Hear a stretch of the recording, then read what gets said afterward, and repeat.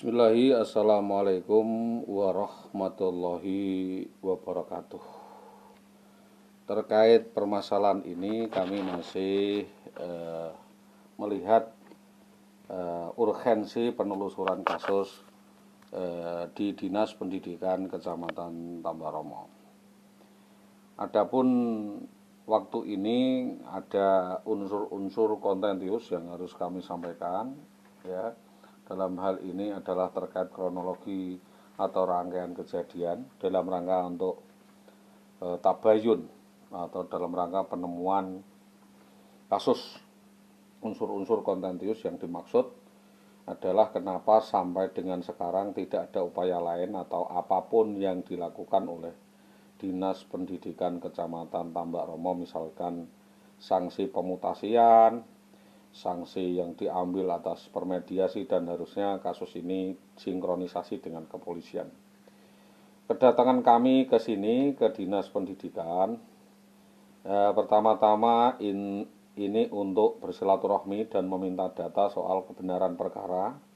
Apakah di sini ada seorang anggota bernama Bambang Permadi atau Yusuf yang sering datang di SD 03 Tambaromo yang berhubungan dengan saudari Iwiwi di dalam rangka tabayun membangun sinergitas antara kepolisian dengan kami.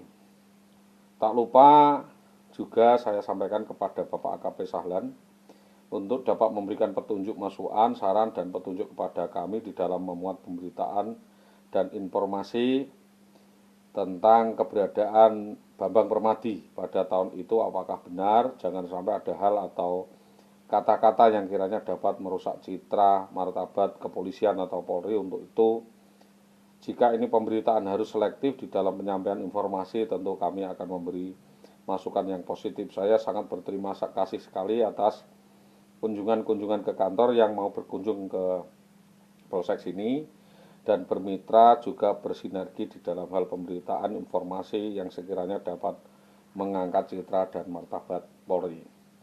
Keterangan yang saya sampaikan adalah edindum ketiga bahwa saudara Bambang Permadi dan saudari Iwahandah Wayu-Widiawati ini telah melakukan percobaan pembunuhan baik secara langsung atau tidak langsung kepada korban dengan cara konspirasi dan persekusi. Yang dimaksud adalah kejadian di Jalan Mojo Lawaran Gabus pada 11 November 2011 pada jam 22 malam. Saksi adalah masyarakat Desa Mojo Lawaran Gabus. Jamnya sekitar jam 12 sampai jam 1 malam dan di rumah itu jam 2 malam. Korban ini seolah-olah dikejar-kejar oleh kepolisian pasca istrinya diculik oleh orang tersebut. Yang kedua adalah adanya percobaan pembunuhan berkali-kali yang dilakukan oleh Jayo Setianto kepada korban, dilakukan di wilayah Sugian, Winong, TKP di Jalan Sugian sampai dengan Kebulambang. Pada tanggal 12/2/2012, korban ini dihadang di tengah jalan dan dianiaya beramai-ramai oleh Jayo Setianto. Pelakunya memukuli korban berkali-kali lalu menyabetkan celurit ke tubuh korban.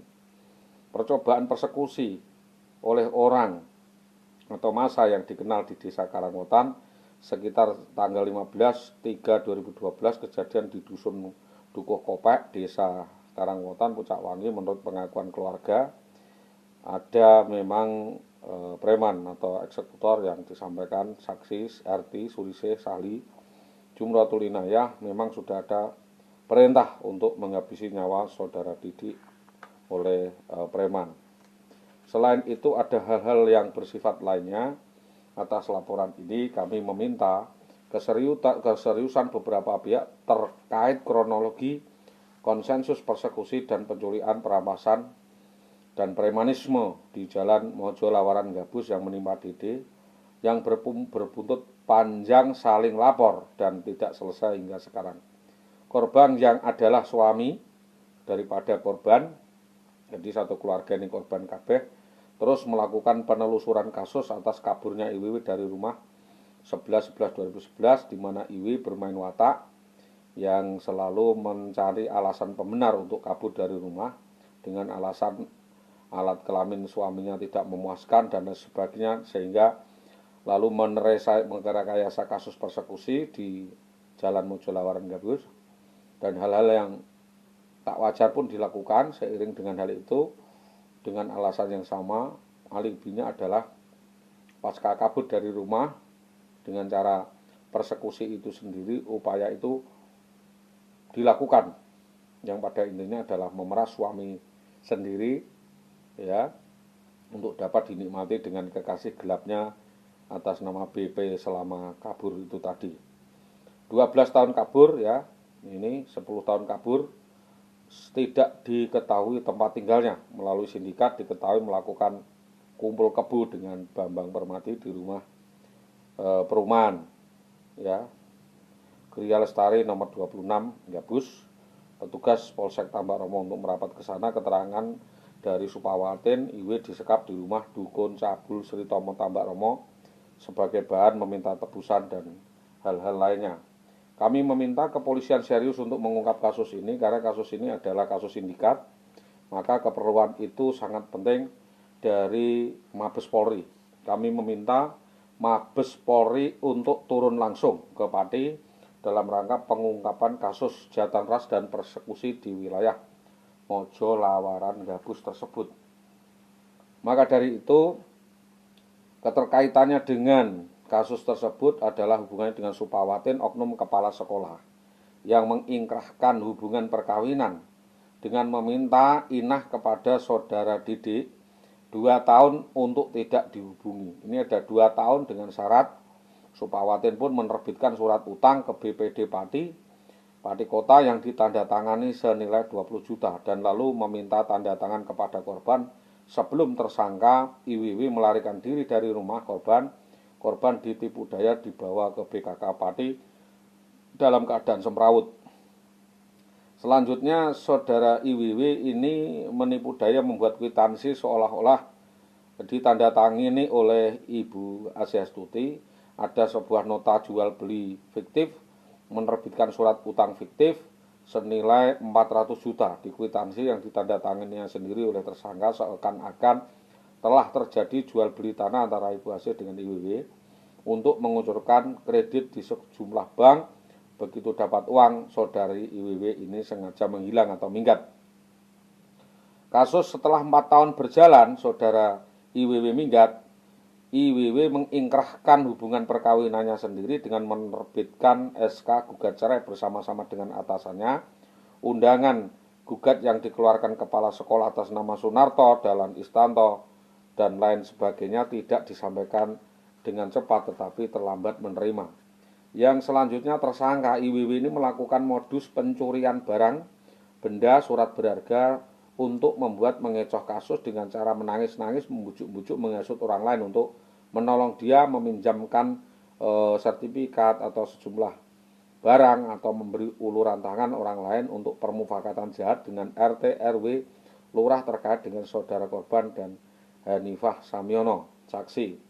Tersangka IW juga disepeledik menaruh barang-barang berharga hasil curiannya itu di rumah Bambang Permati atau Sri Tomo, membawa lari surat nikah, surat KK, sertifikat, piagam-piagam, KTP, ya, melalui petugas Kecamatan Winong dan Sarekat atas nama Bayan, ya, yang selama 4 tahun baru tahu, dan Bayan mengakui kalau apa yang disampaikan itu tidak diketahui. Ini jelas-jelas upaya sindikasi penggelapan yang dilakukan oleh sindikat Warso.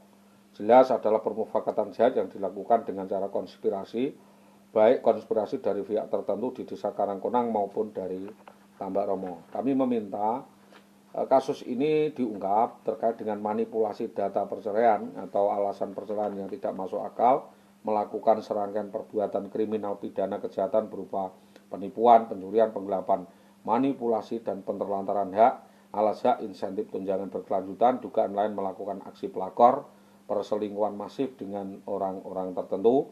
Dugaan lainnya adalah penganiayaan dan pemukulan kekerasan terhadap badan dan barang psikologis, dan di mana yang istrinya sendiri berdasarkan keterangan korban, orang tua korban dan tetangga korban adalah modusnya adalah manipulasi ya. Di dalam hal ini apa yang kami sampaikan ya, Sepanjang waktu itu menurut keterangan Parjono katanya dikatakan bahwa semua pernyataan dan ucapan itu berbeda dengan apa yang terjadi. Apa yang disampaikan oleh IWW ini semua adalah menghibur, di mana oknum guru SD 03 Tambak Romo ini jelas-jelas adalah bermasalah kriminal pidana maupun perdata, banyak melakukan aksi penipuan, penggarongan bagaimana sampai tidak bisa diproses hukum, padahal semua pelaporannya sudah jelas atas kejadian perkara ini. Kami meminta IWW dapat dituntut secara hukum dan mengembalikan uang yang dibawa kabur sebagaimana yang kami sebutkan. Penetapan itu seharusnya jelas dan jangan ada lagi hal-hal lainnya yang tidak jelas. Karena kasus yang direkayasa saudara Indah itu sudah jelas, yaitu unsur penipuan, pencurian, pemberatan, dan mengibuli suaminya. Dalam hal ini adalah membawa lari aset suaminya, 3 sertifikat milik keluarga, 1 milik orang lain senilai sekitar 600 juta. Menggelapkan aset keluarga suaminya berupa talon, kwitansi, cek, obligasi, konsorsium, saham, dan penyertaan modal kepada beberapa pihak senilai total 470 juta. Terus 4 adalah menggelapkan surat-surat berharga milik negara, surat-surat data kependudukan, dan surat-surat penting lainnya. Yang kelima, melakukan perselingkuhan secara masif, berganti-ganti pasangan dan upaya meresahkan warga masyarakat, memeras, mengintimidasi, menteror, mengancam suaminya dengan cara menggugat cerai sebagaimana yang dimaksudkan. Kami meminta kasus ini didalami agar segera terungkap dan siapa otak dan dalangnya diketahui tanpa harus menunggu waktu yang sekian lama. Kami meminta kepolisian dapat mendalami kasus ini dan segera menangkap Indah Wahyu Widiawati terutama untuk menjadi tersangka dan mengungkap siapa dalangnya, siapa pelakunya. Jangan sampai kasus ini ditolerir dan terlalu lama untuk diungkap. Setelah itu juga ada hal-hal lainnya yang harusnya dipermasalahkan oleh kepolisian, yaitu sepenuhnya apa yang kami sampaikan, saudara Indah Wahyu Widiawati ini memang dengan jalan persekusi melakukan kabur dari rumah, dan pengaduan ini sudah saya sampaikan.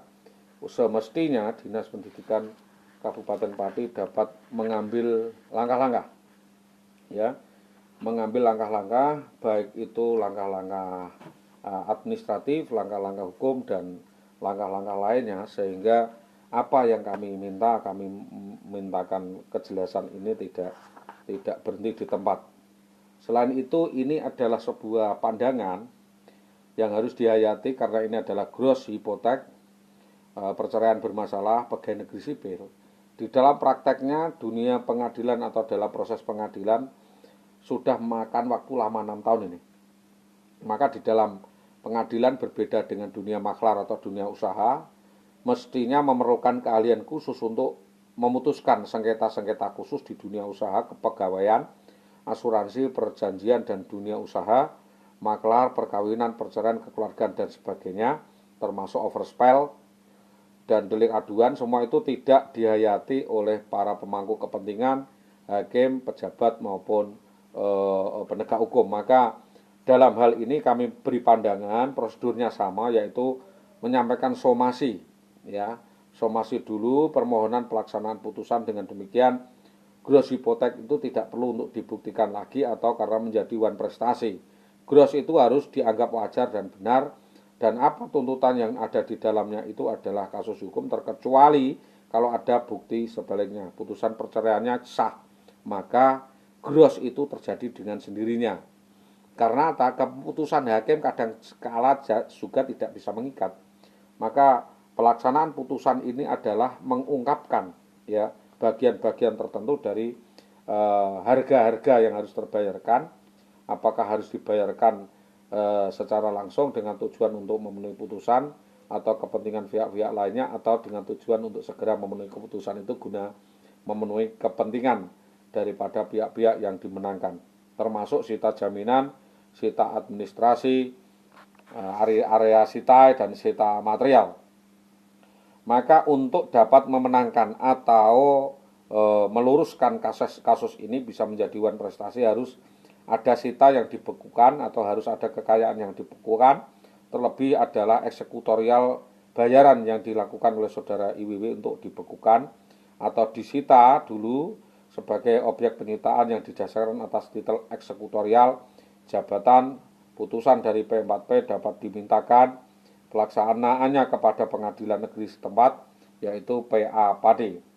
Dalam hal tergugat gros hipotek ini, piutang material dapat dilaksanakan atau dapat disamakan putusan pengadilan maupun proses kontentius di dalam hal ini, termasuk kedudukan sah atau tidaknya perkawinan seseorang. Maka selaku kreditor, karena dipakai atau disepakati, maka tinggal mengajukan permohonan pelaksanaan gros saja, karena pengadilan terlalu banyak memakan biaya dan memakan waktu. Dalam hal ini kami sangat istilahnya itu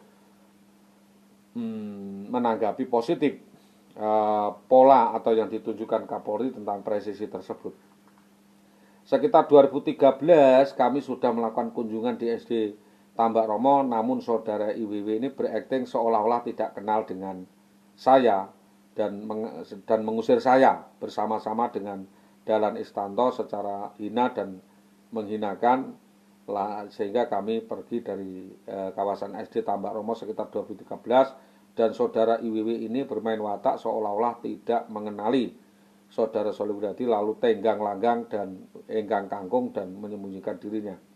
Pada kunjungan kedua pada 2014, undangan yang diajukan oleh saudara Sunarto ini tidak pernah dapat ditemui oleh saudara Dede untuk menyelesaikan konsesi yang berbuntut pada undangan selanjutnya, yaitu di Inspektorat Jenderal ditemui Bapak Arsono Hadi, Kepala Inspektorat, dengan MOU penolakan gugat bermasalah dugaan pidana beruntun fair sharing yang dilakukan IWW, dan memo tersebut jika dilanggar maka tuntutan kami senilai 20 miliar 800 juta kepada Dinas Pendidikan Kabupaten Pati untuk membayarkan kepada kami.